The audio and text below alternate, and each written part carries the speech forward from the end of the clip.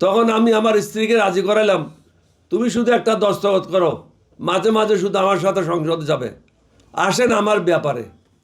কিছু কিছু সাংবাদিক বা কিছু কিছু ব্যক্তি তথ্য না জানার কারণে ভুল কথা বলছে 2001 সালে আমাকে সাতকানি আসন না দেওয়ার কারণে, আমার স্ত্রীর জন্য একটা, আমার জন্য একটা না দেওয়ার কারণে আমি জামায়াতের বিরুদ্ধে বিদ্রোহ করেছিলাম।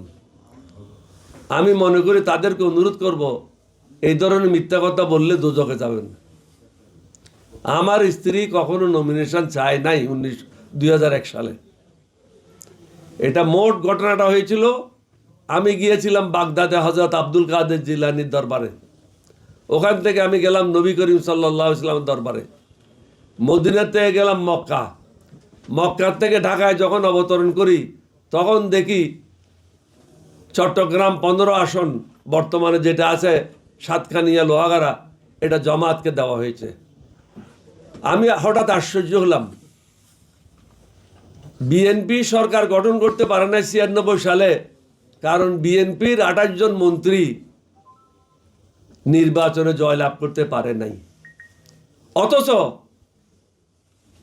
আপনাদের দোয়ায়, আমার নবীর দয়ায়, আল্লাহর মেহেরবানিতে আমি 2টা আসন থেকে জিতে আসছিলাম।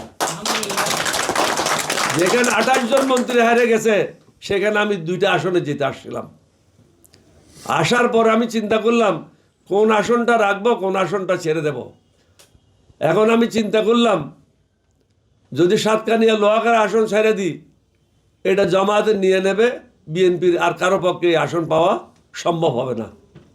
এবং চন্দনাইশটা যদি আমি অন্য কাকেও দিই, এটা নিরাপদ হবে না।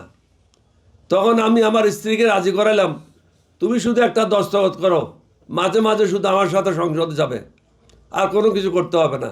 বাকি কাজ সংসদ সদস্য হিসাবে তোমার যেটা দস্তখত করার কথা, আমি তোমার প্রাইভেট সেক্রেটারি হিসাবে কাজ করে তোমার কাছে নিয়ে আসবো, তুমি শুধু দস্তখত করে দিবা। কিন্তু জনসমক্ষে তোমার যাওয়ার কোনো প্রয়োজন নাই।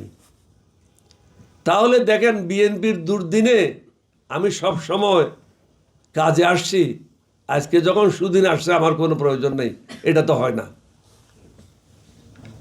আমার ওখানে প্রশ্নটা ছিল, প্রয়োজন হলে আমি বিএনপির জন্য 2টা আসন ছেড়ে দেব। যে মুক্তিযোদ্ধা জীবন দিতে পারে তার জন্য আসন কি বড় কথা? আপনি কি মনে করেন সেটা? ক্যাপ্টেন অলি সবচেয়ে প্রথমে বিদ্রোহ করেছিল, আর কেউ না। আপনাদের জন্য জীবন দিতে গিয়েছিল এই ক্যাপ্টেন অলি। কোন মায়ের ছেলে উঠে বলুক আমার কাছে ডকুমেন্ট আছে, আমি এমনি কথা বলি না। আপনারা যদি ডকুমেন্ট চান, অরিজিনাল ডকুমেন্ট প্রেসিডেন্ট জিয়ার হাতে লেখা আছে। যে লোক জীবন দিতে পারে তার জন্য কি আসন বড় জিনিস? তুচ্ছ একটা জিনিস। এই দুনিয়াটা সবকিছু তুচ্ছ জিনিস। আল্লাহকে পাওয়া, আল্লাহর নবীর সান্নিধ্য পাওয়া, এটাই বড় জিনিস।